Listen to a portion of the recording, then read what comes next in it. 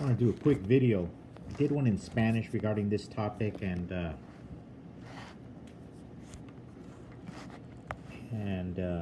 think I mentioned, does Jehovah have Verizon or Sprint? And I talked about how my neighbor, he's a Jehovah's Witness elder. I served with him 14 years as an elder, and then 7 as a ministerial servant. And I saw him today, and I saw a lot of hate in his eyes, his beady eyes. And I love him. I told him I loved him. I pray for him, and I try to wipe all hate out of my heart, because now he is a mortal enemy. I could see it. You could sense it. When somebody hates you, you know it. You see it. So I work on it. I work on the hate that I have inside of my heart for the Jehovah's Witness elders. I work on it all the time. And if any Jehovah's Witness elders are listening, I'd like to take this opportunity and tell them I love them. I ask for forgiveness for the hate and the contempt I have for them.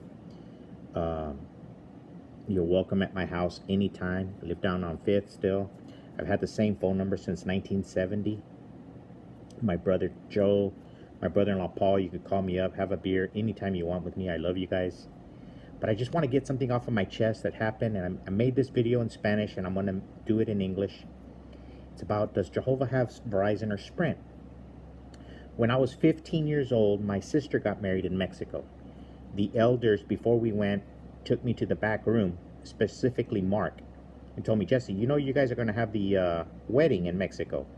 You go, yes. We want to know. They had me in the back room with the elders, and I think some of them are even dead. Ramos is dead. I know Ponce is dead. Mark put the committee together, or whatever it was. And I think Noyes, he's old. He's not dead, but he's just old. He's not serving. Mark is still serving as an elder.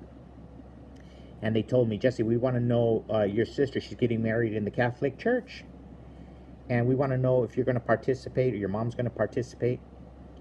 And they put, let me know right there. If I went in the church, if I went in, I was going to be removed. They were pretty strict, because my sister and my brother-in-law, they were part of the wedding group, and nothing happened to them in Somerton. They kept serving. But anyways, they told me, if you go in, Jesse, all privileges will be removed. And they told me, and what about your mom? She's going to give her away. And I go, yeah. Okay. I want you to know that if you participate, you will not be serving in the congregation. We went to Mexico, went to my sister's wedding, and it ruined the wedding day for me, for myself. And I probably hurt some of the family, some of the pictures. I'm outside the church. My grandpa's outside the church. He didn't know what was going on. He's elderly. My dad, they waited outside. It ruined, I feel, the wedding for a great part of my family. My mom gave away my sister, my beautiful sister, my beautiful mom. We came back to the States, and we had a meeting, and the elders brought me to the elder room and interrogated me. I was a young man, and they asked me, Jesse, how did it go at the wedding? I told them real good. What about your mom? Did you go in? I go, no. What about your mom? Did she give away your sister in the ceremony? And I go, yes. Real good. We want you to go home, tell her that she has lost all privileges in the congregation. Lost all privileges. So I went home real sad. My mother was waiting for me, and she goes, Jesus, what happened? And I told her, Mom, everything that happened with the elders. And she goes, and what did they tell you? And they go, well, all your privileges have been removed. We were in the Spanish congregation, so I said it in Spanish. And she said this to me. I'm 51 years old. I was 15 at the time. My mother has passed away. She's dead. But I still have this in my conscience and my nightmares still to this day. My mom looked at me, my sweet mom, and she said, she was a non-baptized publisher. Mark removed all the privileges from my mom with extreme vengeance, with extreme callousness. I still remember to this day. When I see him shunning me on the street, and I see him wearing the dark sunglasses, I could feel the rays of hate coming through him. And I feel so sorry for him, and I pray for him, because I know it's poisoning his bloodstream. But I remember what my mother said to me that day. She goes, no me defendiste, Cabron. She used the Spanish word Cabron. She spoke in Spanish. She goes, no me defendiste. You didn't defend me, Cabron. And I went to bed that night and I know I had betrayed my mother. As a Christian, as an American, as a Mexican, I should have defended my mom. I didn't. And this is the type of men that I chose over my mother who gave me life. And that's why I got the topic. Does Jehovah use Sprint or Verizon? Because I wanted to show you the man who passed judgment on my mother and who used me to tattletale on my mom. Look at what he does now.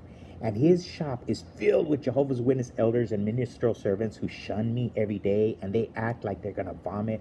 I know one of their elders, I think his name is Abel. He was disfellowshipped for only God knows what.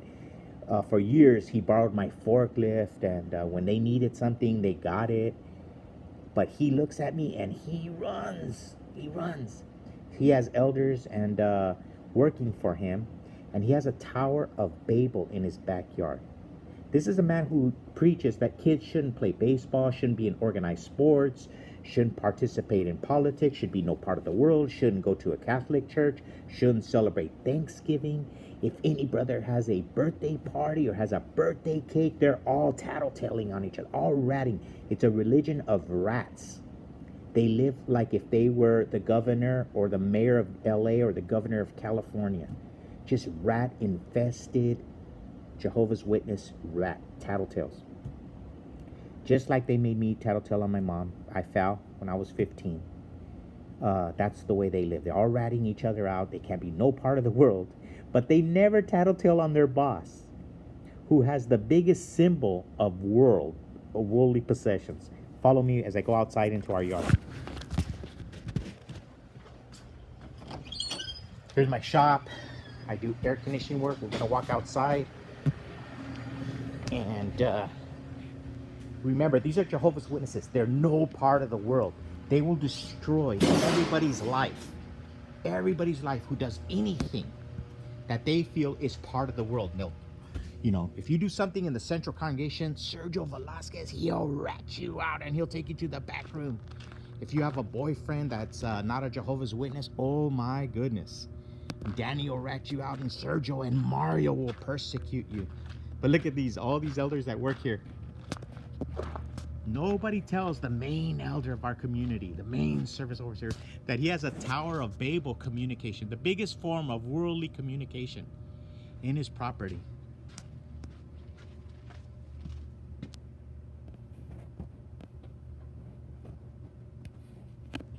And that's not part of the world.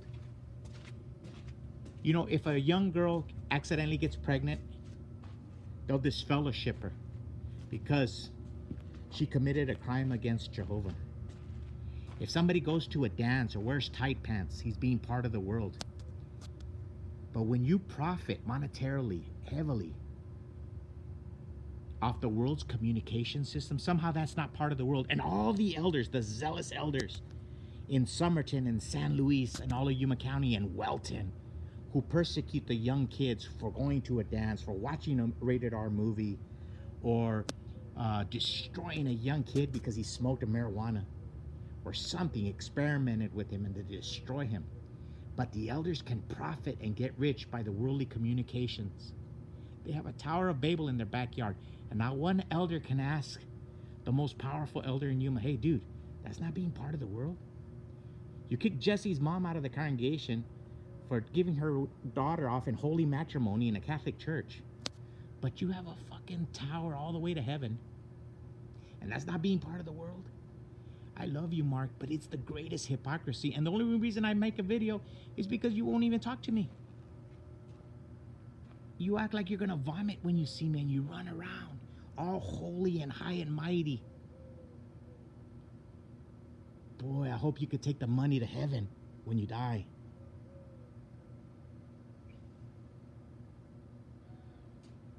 I hope God forgives you, and I love you guys. But man, the hypocrisy is intense. And you know what? I thought about it and I prayed to God. Am I wrong? Am I wrong? Please leave a comment. If I'm wrong, tell me I'm wrong. That this is not being part of the world. Playing Little League Baseball is part of the world, or going to the high school dance or a high school reunion is being part of the world. Celebrating Thanksgiving is being part of the world. Giving to the Red Cross as being part of the world. But somehow, owning a Tower of Babel in your backyard, communication 5G, is not being part of the world?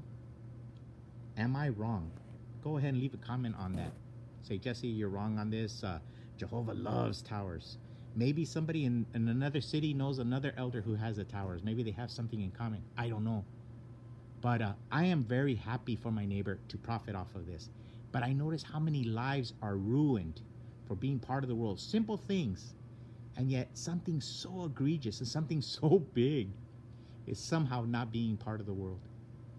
Leave me your comment.